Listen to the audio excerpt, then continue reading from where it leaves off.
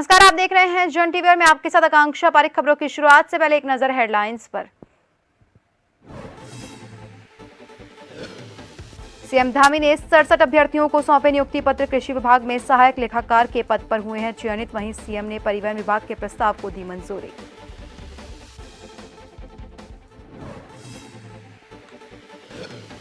पर्यटन मंत्री सतपाल महाराज ने ली योग महोत्सव की तैयारियों की समीक्षा बैठक। महासू मास्टर प्लान और कन्वाश्रम पर भी हुई चर्चा। कहा, इस बार भव्य होगा योग महोत्सव। महिला कांग्रेस की राष्ट्रीय अध्यक्ष का उत्तराखंड दौरा। लांबा ने कहा, कांग्रेस करेगी महिला न्याय सम्मेलन का आयोजन। भाजपा प्रदेशाध्यक्ष भट्ट का पलटवार। कहा, नकल कर रही कांग्रेस।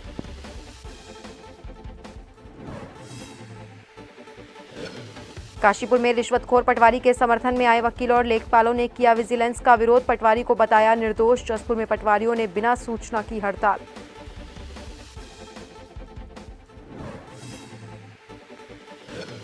और बारिश और बर्फबारी के बाद बदला पहाड़ों में मौसम का मिजाज। मौसम हुआ सुहाना। सर्दी से घरों में दुबके लोग। चटक धूप के बाद निकले बाहर।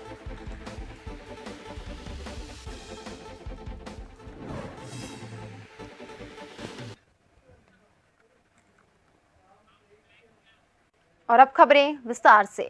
मुख्यमंत्री पुष्कर सिंह धामी ने कृषि विभाग में सहायक लेखाकार के पद पर चयनित 67 अभ्यर्थियों को नियुक्ति पत्र वितरित किए। सीएम धामी ने मुख्यमंत्री आवास परिसर में आयोजित नियुक्ति पत्र वितरण समारोह में लोक सेवा आयोग के माध्यम से कृषि विभाग के अंतर्गत सहायक लेखाकार के पद पर चयनित 67 अभ्यर्थियों को नियुक्ति पत्र प्रदान किए।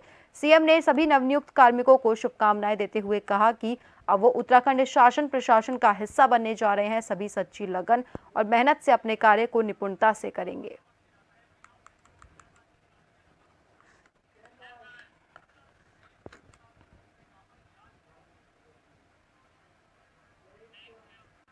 लोकसभा चुनावों के दृष्टिगत भाजपा ने कश्मीर में धारा 370 हटाने संबंधित एक नया सूत्र निकाला है, जिसके तहत लोकसभा में अकेले भाजपा पार्टी ने 370 सीट जीतने का लक्ष्य रखा। इसके साथ ही बूथ स्तर पर भी पार्टी के पक्ष में 370 वोट बढ़ाने का लक्ष्य दिया है। उत्तराखंड में इस लक्ष्य को हासिल करने के लिए आगामी 50 दिनों की कार्य योजना तैयार की गई है। बीजेपी से पौड़ी के लोकसभा प्रभारी पुष्कर सिंह काला ने जानकारी देते हुए बताया कि भाजपा ने अपना लक्ष्य खुद निर्धारित किया है। पूरे उत्तराखंड में बूथों की रचना बन चुकी है और चुनाव के लिए भाजपा कार्यकर्ता पूरी तरह से फिजिकली और मेंटली तैयार हैं।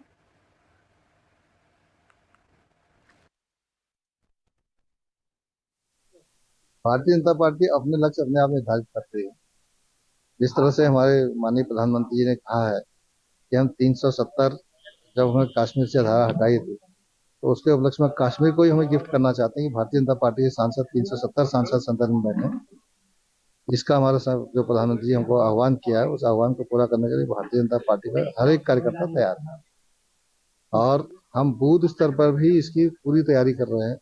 हमारे यहाँ पर पूरे उत्तराखंड के अंदर में बूथों की रचना बनी है, बूथों की कमेटियां बनी है, बूथों में पन्ना प्रमुख हमारे तय हो गए हैं। लोकसभा चुनाव में कांग्रेस के लिए टिहरी लोकसभा सीट से परेशानी खड़ी हो सकती है, क्योंकि टिहरी लोकसभा सीट से कद्दावर कांग्रेसी नेता और मौजूदा विधायक प्रीतम सिंह ने साफ तौर पर चुनाव लड़ने से मना कर दिया। और ये पहली बार नहीं है जब उन्होंने चुनाव लड़ने से मना किया है। प्रीतम सिंह अपने इस बात को कहा कि मैं चुनाव नहीं लड़ूंगा लगातार दोहराते हुए आ रहे हैं। वहीं जब एक बार फिर से प्रीतम सिंह से ये पूछा गया कि क्या वो चुनाव लड़ेंगे या नहीं, क्योंकि अब लगभग फाइनल काउंटडाउन चल रहा है और जल्दी ही 5 प्रत्याशियों के नाम तय हो जाएंगे, तो प्रीतम सिंह ने एक बार फिर से कहा कि मैं चुनाव नहीं लड़ूंगा।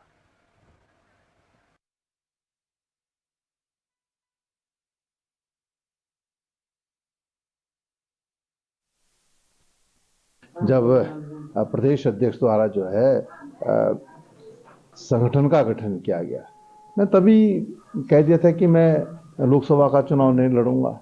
और जिनके दृष्टिगत जो है प्रदेश अध्यक्ष जी ने संगठन का गठन करके व्यूह रचना की है, उनको लड़ाए। हम तो जिसको के लिए उन्होंने सारा संगठन खड़ा किया है, जिनको लड़ाएंगे हम उनको जिताने का काम करेंगे। बीजेपी प्रत्याशी चयन की प्रक्रिया को लेकर भाजपा द्वारा जनता के बीच में जाकर संभावित प्रत्याशियों का फीडबैक लिया जा रहा है। इस मुद्दे पर कैबिनेट मंत्री रेखा आर्य का कहना है कि लोकसभा चुनाव को लेकर संगठन और सरकार के स्तर पर तैयारियां की जा रही है। कैबिनेट मंत्री ने कहा कि पार्टी जो भी जिम्मेदारी मुझे सौंपेगी उसे निभाने का काम करूंगी। इसके साथ ही उन्होंने कहा कि प्रदेश सरकार जनता के हित में लगातार फैसला कर रही है। लोकसभा चुनाव में बीजेपी प्रचंड की बहुमत से उत्तराखंड की 5 लोकसभा सीट जीतेगी।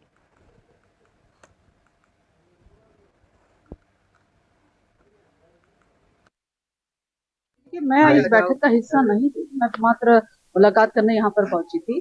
लेकिन मुझे लगता है कि पार्टी जिस किसी तरीके से भी भारतीय जनता पार्टी का कमल खिल सकता है, क्योंकि वैसे भी जिस प्रकार से दामे जी के नेतृत्व में हम लोग देख रहे हैं कि लगातार जनता का मनोभाव के अनुसार में निर्णय हो रहे हैं, चाहे यूसीसी को लेकर हो, चाहे स्पोर्ट्स के सेक्टर में कह लो, चाहे वो राज्य आंदोलनकारियों के सेक्टर में कह लीजिए, लगातार जनमानस की भावनाओं के अनुरूप काम किया जा रहा है, तो एक अनुकूल वातावरण है। कांग्रेस की राष्ट्रीय महिला अध्यक्ष अलका लांबा उत्तराखंड पहुंची, जहां पर उन्होंने जानकारी दी कि प्रदेश कांग्रेस जल्दी ही महिला न्याय सम्मेलन का आयोजन करने जा रही है और इस सम्मेलन में कांग्रेस महिलाओं से जुड़े अत्याचारों को लेकर आम जनता के बीच में लेकर जाएगी। वहीं कांग्रेस की इस यात्रा को लेकर भाजपा के प्रदेश अध्यक्ष महेंद्र भट्ट ने कहा कि कांग्रेस के पास अपने कोई कार्यक्रम नहीं है और जो भी कार्यक्रम वो करती है वो नकल के रूप में करती है। कांग्रेस का जो मुख्य काम था वो उसको करने में विफल रही है।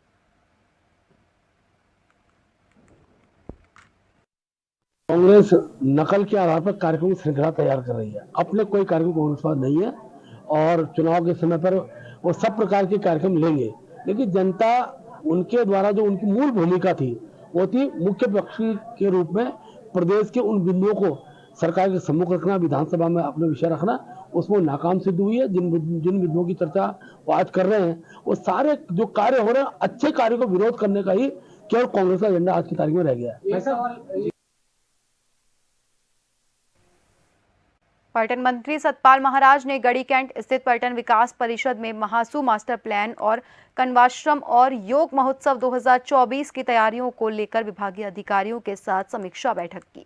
इस बार योग महोत्सव 2024 का आयोजन 15 मार्च से 21 मार्च तक किया जा रहा है, जिसके लिए प्रख्यात योगाचार्यों के माध्यम से प्रशिक्षण देने के निर्देश दिए गए हैं। इसके साथ ही संबंधित अधिकारियों को बरसाने वाली फूलों की होली का आयोजन करने के भी निर्देश दिए गए हैं। आगे उन्होंने कहा कि इस बार योग महोत्सव का आयोजन भव्य तरीके से किया जाएगा। इसमें हमने डेट्स बदली हैं और इसमें 15 से 21 को हम योग महोत्सव मना रहे हैं। ये उत्तराखंड का बहुत महत्वपूर्ण महोत्सव है जिसमें कि हम विभिन्न जो हैं योगिक जो ट्रेनिंग देने वाले लोग हैं उनको बुलाते हैं और इस फेस्टिवल के अंदर काफ़ी लोग इसमें शरीक होते हैं, क्योंकि ये बसंत पंचमी के बाद ऋतु परिवर्तन का समय होता है। निश्चित रूप में काफ़ी पर्यटक लोग यहाँ पर आते हैं और इसके बाद फिर हम लोग चार धाम की तैयारियां करते हैं। तो योग उत्सव के अंदर जो योग के प्रति रुचि रखते हैं और निश्चित रूप में चाहते हैं कि योग को सीखें, वो देश विदेशों से यहाँ पर एकत्रित होते हैं।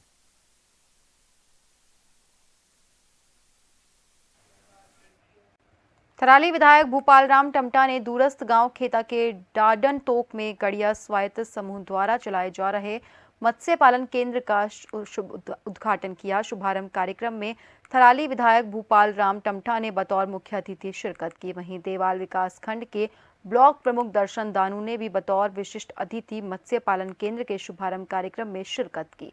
थराली विधायक भूपाल राम टमटा और ब्लॉक प्रमुख दर्शन दानू ने मत्स्य विभाग के जिला मत्स्य अधिकारी जगदम्बा प्रसाद के साथ गड़िया स्वायत्त समूह द्वारा बनाए गए मत्स्य तालाबों में मत्स्य बीज डालकर मत्स्य पालन केंद्र का शुभारंभ किया। मत्स्य विभाग के द्वारा ये जो यहाँ पे आप काम देख रहे होंगे, ये प्रधानमंत्री मत्स्य संपदा योजना और जिला योजना का एक साथ मिलकर काम किया गया है। इस योजना के लिए विभाग के द्वारा जो भी इसकी प्रोजेक्ट कॉस्ट आती है उसका 40% सब्सिडी विभाग के द्वारा इस पर दी जा रही है और आने वाले टाइम पे जो मछली का बच्चा होता है और जो इसके फीड में जो बे होता है उसका भी 50% विभाग इनको रिवर्स के रूप में वापस करता है। मार्केट के रूप में बात करें तो मार्केट विभाग के द्वारा अब जो है दिल्ली और देहरादून तक अप्रोच की जा रही है और कियोस्क खोले जा रहे हैं, बड़े बड़े रेस्टोरेंट खोले जा रहे हैं, बड़े बड़े रेस्टोरेंट से कॉन्टेक्ट किया जा रहा है। तो आने वाले टाइम पे मार्केटिंग की भी लोगों को कोई दिक्कत नहीं होगी। जो है वाण क्षेत्र में ये काफी बड़े स्तर पर ये मत्स्य पालन का काम चल रहा है। मैं एक बार वाण गया था, वहाँ पान सिंह बिष्ट जी हैं, उनका मैंने वहाँ पर देखा मत्स्य पालन का काम बहुत अच्छा था।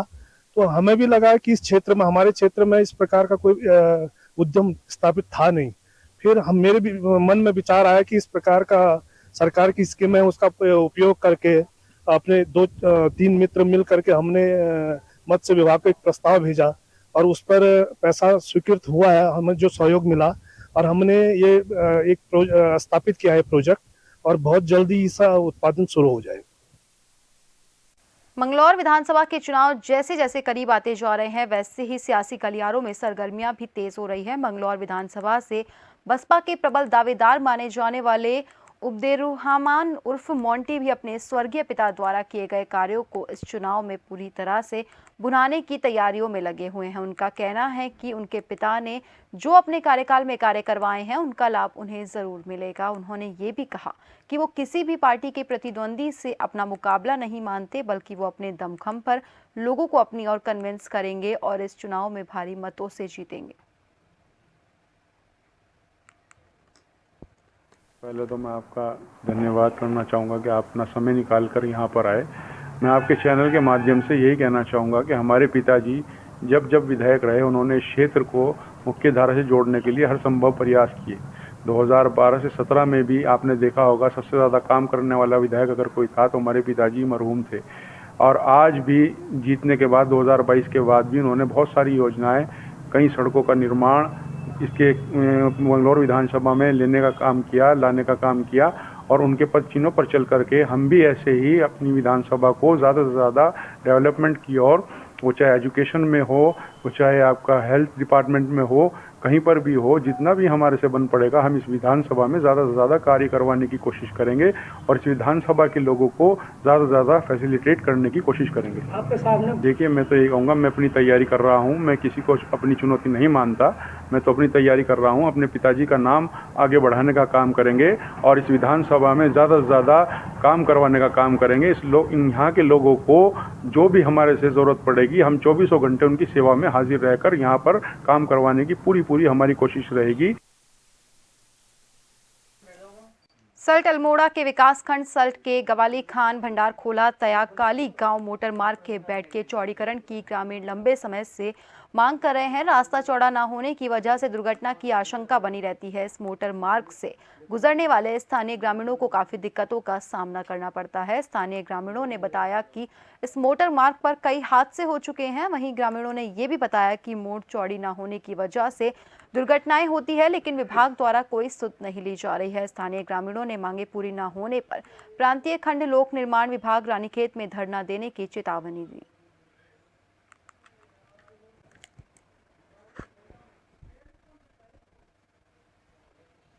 खान भंडार खोला रोड जो है तया 20 साल पहले से कटी हुई है। तो लोक निर्माण विभाग रानीखेत को हम कई बार पत्र कर चुके हैं और जो है काटने के लिए जो है बार बार हमको आश्वासन दिया जा रहा है और अभी तक कटी नहीं है। तो मैं विभाग से पूछना चाहूँगा कब तक कटेगी, जब तक आप कई यहाँ पर जो है हादसे भी हो चुके हैं। तो जितने जो एनओसी मांगी है, जो है हमसे प्रस्ताव मांगे, हमने जो है सारे जो है दे चुके हैं। तो अभी तक हमारी जो है रोड कटी नहीं है। तो हम कहते हैं कि बैंड कब तक जो है विभाग काटेगा। अब कई हादसे यहाँ पर हो गए हैं। तो मैं विभाग से कहूँगा कि जल्दी से जल्दी हमारे जो है बैंड काटे जाए।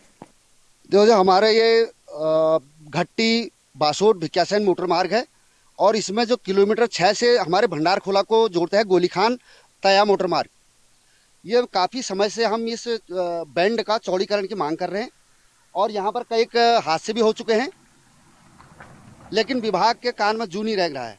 लेकिन मजबूरन बस पूरे क्षेत्र में जो है उनके आक्रोश बहुत ज़्यादा है। अब जब वो नहीं मानते हैं तो हमको वहाँ उनके ऑफिस कार्यालय में जा करके हम धरना प्रदर्शन करेंगे और हम उनको ये चेतावनी दे रहे हैं। विगत दिवस काशीपुर तहसील में विजिलेंस टीम द्वारा एक पटवारी को आय प्रमाण पत्र के एवज में 7,000 रुपए की रिश्वत की मांग पर रिश्वत लेते हुए रंगे हाथों पकड़ लिया गया था, जिस पर वकीलों और समस्त लेखपालों द्वारा जमकर विजिलेंस का विरोध किया गया और पटवारी को निर्दोष बताते हुए मामले की निष्पक्ष जांच की मांग की। और पकड़े गए पटवारी के समर्थन में खड़े हुए तो उक्त प्रकरण में जसपुर के पटवारी भी बिना किसी सूचना के कार्य बंद कर हड़ताल पर चले गए, जिसके विरोध में जसपुर विधायक ने अपने लिखित शिकायत पत्र जिलाधिकारी उधम सिंह नगर के नाम जसपुर उप जिलाधिकारी को सौंपी और बिना सूचना दिए काम बंद कर हड़ताली कर्मचारियों लेखपालों के खिलाफ कार्रवाई की मांग की। उप निरीक्षक कहाँ से हुआ उसको पकड़ा है, रंगे हाथों रिश्वत लेते हुए किसी गाँव वाले ने शिकायत। विजिलेंस जो कि सरकारी तंत्र अपना काम करती है, उन्होंने अपना काम किया ना, उसके लिए बधाई के काम। लेकिन मुझे आज अब तक तो हुआ जैसे मैं तहसील आया कि हमारे जो लेखपाल यहाँ के कुछ वर्ग बुक स्ट्राइक पर चले गए। तो मैंने जिलाधिकारी महोदय के द्वारा डीएम में लेटर दिया है शिकायती पत्र कि मेरी शिकायत ये है कि जो कर्मचारी बिना सूचना के हड़ताल पर गए हैं और जो भ्रष्ट अधिकारी, क्योंकि उसकी अभी जांच भी पूरी नहीं हुई और इन्होंने जो है उसके समर्थन में खड़े हो गए, इसका मतलब ये भ्रष्ट अधिकारी के सपोर्ट में, तो इनकी भी जांच हो और इन पर उचित कार्रवाई हो। और फिलहाल के लिए खबरों में रुकेंगे एक छोटे से ब्रेक के लिए।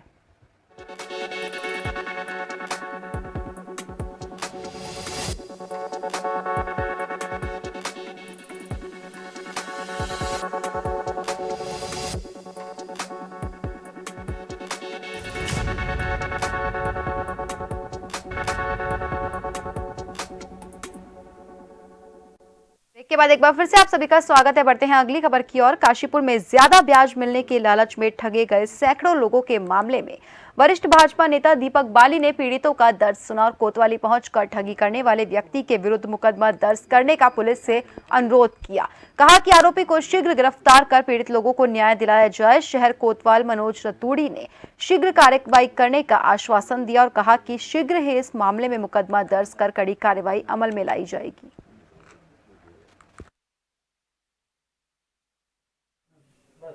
कुमार प्रजापति मेरे यहाँ करीब 2-2.5 महीने से किराए पर रहता था।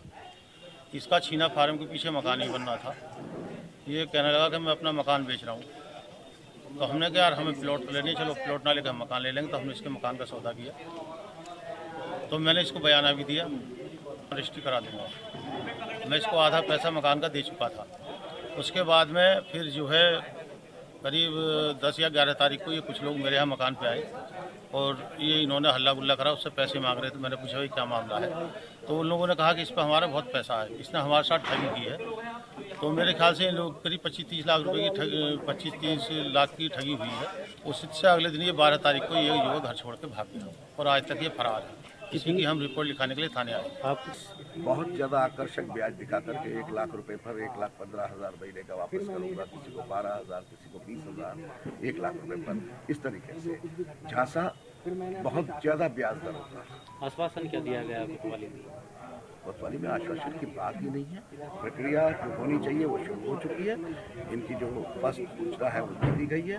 अब इनके बयान वगैरह दर्ज होने शुरू होंगे और उसके बाद जो धाराएं हैं, जैसे 420 की धारा भी होती है इसमें, वो भिन्न धाराओं में जो धाराएं। हल्द्वानी के बनभूलपुरा में बीती 8 फरवरी को हुई हिंसा और दंगे के बाद अब हालात पूरे तरीके से सामान्य है, लेकिन बनभूलपुरा क्षेत्र का एक वीडियो कल से सोशल मीडिया पर तेजी से वायरल हो रहा है। ये वीडियो हैदराबाद से आए एक युवक सलमान का है, जो बनभूलपुरा के दंगे में प्रभावित लोगों को रुपए बांटता हुआ नजर आ रहा है। ऐसे में इस पूरे मामले को लेकर एसएसपी नैनीताल प्रहलाद मीणा ने बताया कि युवक से पुलिस की टीम ने पूछताछ की और मामले को हर एंगल से देखा जा रहा है। वहीं नगर निगम की तहरीर पर पुलिस ने अब्दुल मलिक, उसकी पत्नी सफिया मलिक, अब्दुल रजाक, अख्तरी बेगम, नवी राजा खां और गौस रजा खां पर सरकारी भूमि पर अवैध कब्जा करना, अवैध प्लांटिंग जैसे मामले में मुकदमा दर्ज किया है, जिसकी जांच की जा रही है।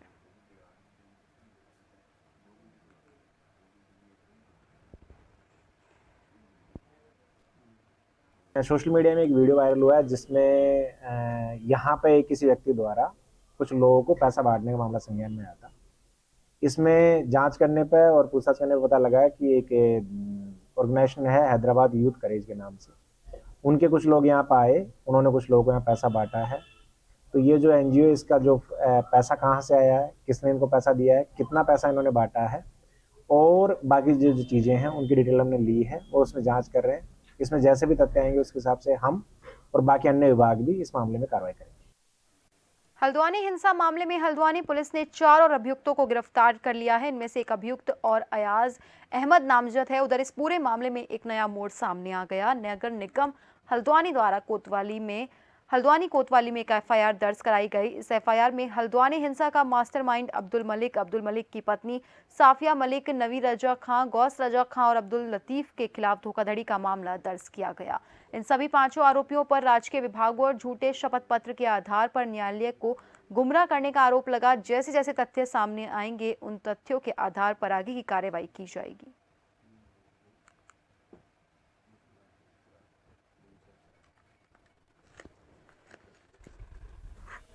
पुलवामा जो उपद्रव हुआ था उसमें 3 एफआईआर पंजीकृत हुई थी। तीनों एफआईआर में जो है हमारे द्वारा विवेचना की जा रही है। जो सबसे पहले वाली एफआईआर है जिसमें थाने के ऊपर हमले के मामला और पुलिस कर्मचारियों के ऊपर पेट्रोल बम और गोलीबारी का जो मामला है, उसमें आज 3 और अभियुक्तों की गिरफ्तारी हुई है। इसमें एक अयाज अहमद एक अभियुक्त जो है नामजद अभियुक्त है, आज इसकी भी गिरफ्तारी की गई है। इसके साथ ही जो नगर निगम के कर्मचारियों के ऊपर जो हमले का मामला था उसमें एक गिरफ्तारी आज उसमें भी, इस तरीके से आज 4 गिरफ्तारियाँ हुई है। अब तक इस सारे प्रकरण में 78 गिरफ्तारियाँ हो चुकी हैं। बुलपुरा थाना क्षेत्र में मलिक का बगीचा नाम से एक क्षेत्र जाना जाता है, जिसको जो मूलतः कंपनी बाग के नाम से जाना जाता था। उसमें 13 बीघा 3 बिस्वा जमीन का 1946 के आसपास लीज हुई थी। बाद में लीज रिन्यूअल हुई, फिर लीज की अवधि समाप्त हुई और राज्य सरकार में मर्ज हुई। उसी जमीन को लेकर के कुछ लोग षड्यंत्र के तहत एक मृतक व्यक्ति अब्दुल रजा नाम का उपयोग करते हुए बार बार एप्लीकेशन दिए गए हैं और माननीय उच्च न्यायालय में 2007 में एक रिट याचिका दायर करने का तथ्य प्रकाश में आया है और हमें वो भी गलत लगता है। उसमें एफिडेविट भी लगाया गया है, वो भी हमें गलत लगता है, क्योंकि उनकी मृत्यु उनकी पत्नी ने ही प्रमाणित करी है कि 1988 में हो चुकी है।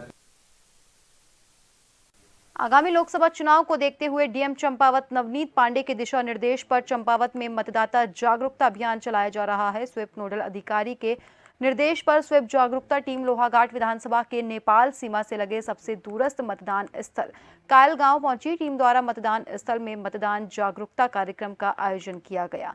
जागरूकता टीम ने कायल गांव में हो रहे विवाह समारोह में मतदाता जागरूकता अभियान कार्यक्रम की शपथ का आयोजन किया। कार्यक्रम में दुल्हे गिरीश चंद्र पांडे पुत्र हेतराम पांडे ने पहले मतदान करने की शपथ ली। इसके बाद वो घोड़ी चढ़े। गिरीश ने कहा कि उन्हें मतदान करने की शपथ ली है। आगामी लोकसभा चुनाव में वो अपनी दुल्हन के साथ अवश्य मतदान करेंगे।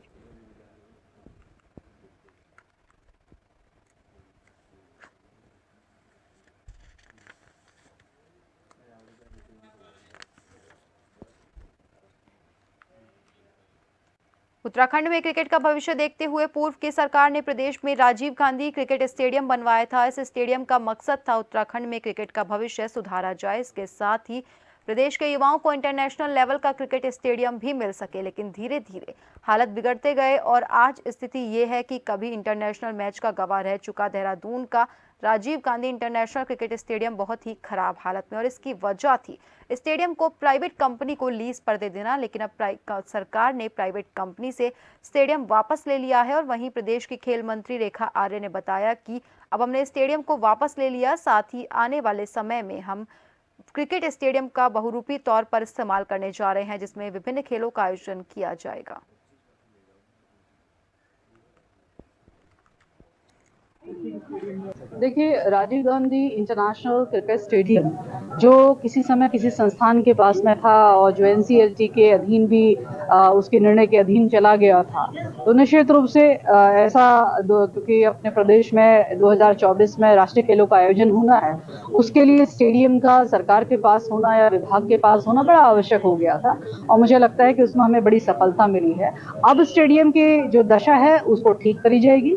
स्टेडियम में बच्चों के लिए, युवाओं के लिए जो साधन संसाधनों का जुटाव है वो किया जाएगा। और फिलहाल के लिए खबरों में बस इतना ही। बने रहिए जन टीवी के साथ। नमस्कार।